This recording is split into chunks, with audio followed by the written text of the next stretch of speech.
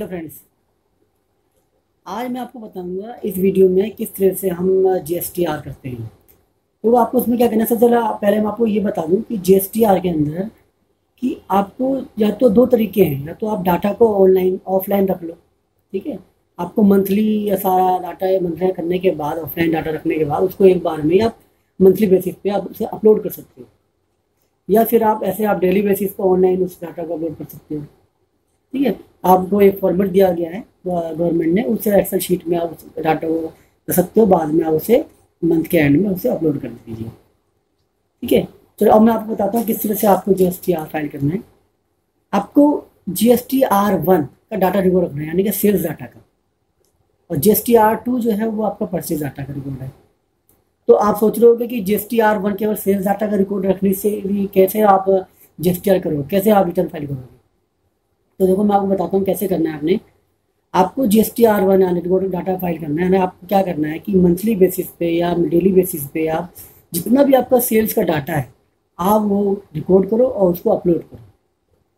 तो जैसे मान लो, अब एक एग्जांपल ले लेते हैं, आपको 1 जुलाई से लेकर 31 जुलाई तक का डाटा रिकॉर्ड रखना है।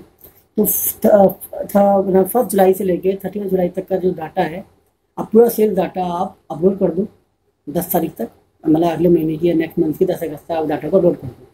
तो मिडनाइट में क्या होगा, कुछ मिडनाइट में ही, मतलब 11 अगस्त से ही डाटा जो आपका परचेज का डाटा जो होगा वो ऑटो पॉपुलेट हो जाएगा और उसके साथ लिंक हो जाएगा आपके सेल्स डाटा से। अब वो कैसे होगा, देखो जिस तरह से आप सेल्स डाटा आपने डाल रहे हो, जिससे आपने परचेज किया है, तो वो उसकी उसकी जो परचेज होगी, जो हमने आई जो परचेज है, तो वो उसकी सेल होगी, तो वो भी अपना डाटा, सेल डाटा अपना रिकॉर्ड रखेगा।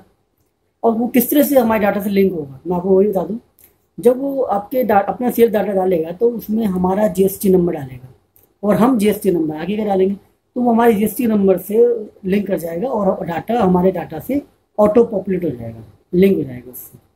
और फिर आपको क्या करना है, 10 तारीख के बाद आपको 15 तारीख तक आप उसको देख सकते हो, कोई मिसमैच है तो आप उसे चेक कर सकते हो, और उसके बाद 20 तारीख को ऑटोमेटिकली वो डाटा आपका GSTR रिटर्न फाइल हो जाएगा। तो इस तरह से आप कर सकते हो। तो आशा करता हूँ आपको मेरा वीडियो पसंद आया होगा। आपके कुछ कमेंट्स है तो आप वो कर सकते हो। तब तक के लिए इतना ही। Keep watching, take care.